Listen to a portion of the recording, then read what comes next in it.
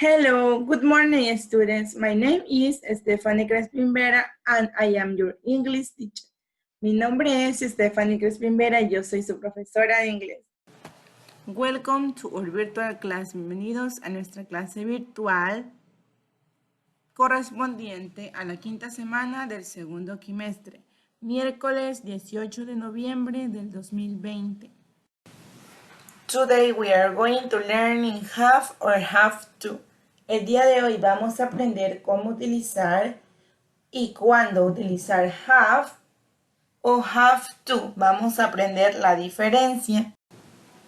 We use have and has. We talk about possessions. Utilizamos have y has cuando hablamos de posesiones, de cosas que nos pertenecen. We use have to and has to. We talk about obligations. Y utilizamos have to y has to cuando hablamos de obligaciones. Here we have a few examples. Aquí tenemos unos ejemplos. Number 1. He has a vacuum cleaner. En esta primera oración, como podemos darnos cuenta, tenemos un solo verbo. En este caso, has. Por ende, no le vamos a agregar to. Nuestra oración correcta quedaría he has a vacuum cleaner, solo con el verbo has. Porque recordemos que al inicio de la lección les indiqué que have y has se trabajaban con pertenencias. Y en este caso estamos hablando de algo que le pertenece. He has a vacuum cleaner. Él tiene una aspiradora. Estamos hablando de pertenencia, por eso utilizamos has. He has to clean the building. En cambio, en esta oración utilizamos to o en este caso has to. ¿Por qué? Porque tengo dos verbos. Tengo el verbo has y el verbo clean. Entonces, cuando yo tengo dos verbos en una oración, los voy a separar por la palabra to. He has to clean the building. Igualmente, como vimos al inicio, que have to y has to se lo trabajan con obligaciones, obligation. Mi oración me dice, he has to clean the building. Él tiene que limpiar el edificio. Es una obligación, por eso lo trabajamos con el to.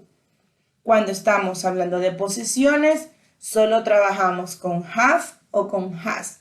Y cuando hablamos de obligaciones, trabajamos con have to or has to.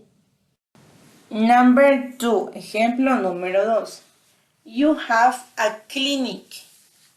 Tenemos un solo verbo. Entonces, por ende, no debemos de utilizar to. Además, estamos hablando de una posesión. Mi oración me dice, you have a clinic. Tú tienes una clínica. Estoy hablando de possession. Por eso no utilizo to. Nuestra segunda oración nos dice, you have to heal patients. Tenemos dos verbos. Tenemos el verbo have y el verbo heal. Y por eso, por ende, los vamos a separar con la palabra to. Además, estamos hablando de obligación, obligation. You have to heal patients. Tú tienes que sanar a los pacientes. You have to heal patients. Number 3. They have animals. Tenemos un solo verbo en la oración. Entonces, quedaría solo con have, porque no tenemos otro verbo con el cual separarlo con la palabra to. Entonces, nuestra oración correcta nos quedaría, they have animals. Ellos tienen animales. Estamos hablando de posesión. They have animals. Nuestra siguiente oración nos dice, They have to feed the animals every day. Tenemos dos verbos, el verbo have y el verbo feed. Entonces, los vamos a separar con la palabra to. En este caso, nuestra oración nos está hablando de obligaciones. They have to feed the animals every day. Ellos tienen que alimentar a los animales todos los días. Estamos hablando de obligación, por eso utilizamos la palabra to. Number 4. She has lots of tools. Tenemos un solo verbo en la oración. Entonces no es necesario utilizar la palabra to. Nuestra oración correcta nos quedaría She has lots of tools.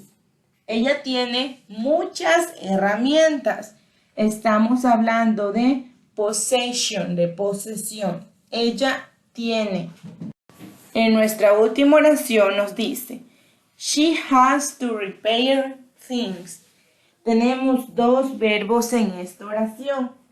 Tenemos el verbo has y el verbo repair. Entonces debemos de separarlos con la palabra to.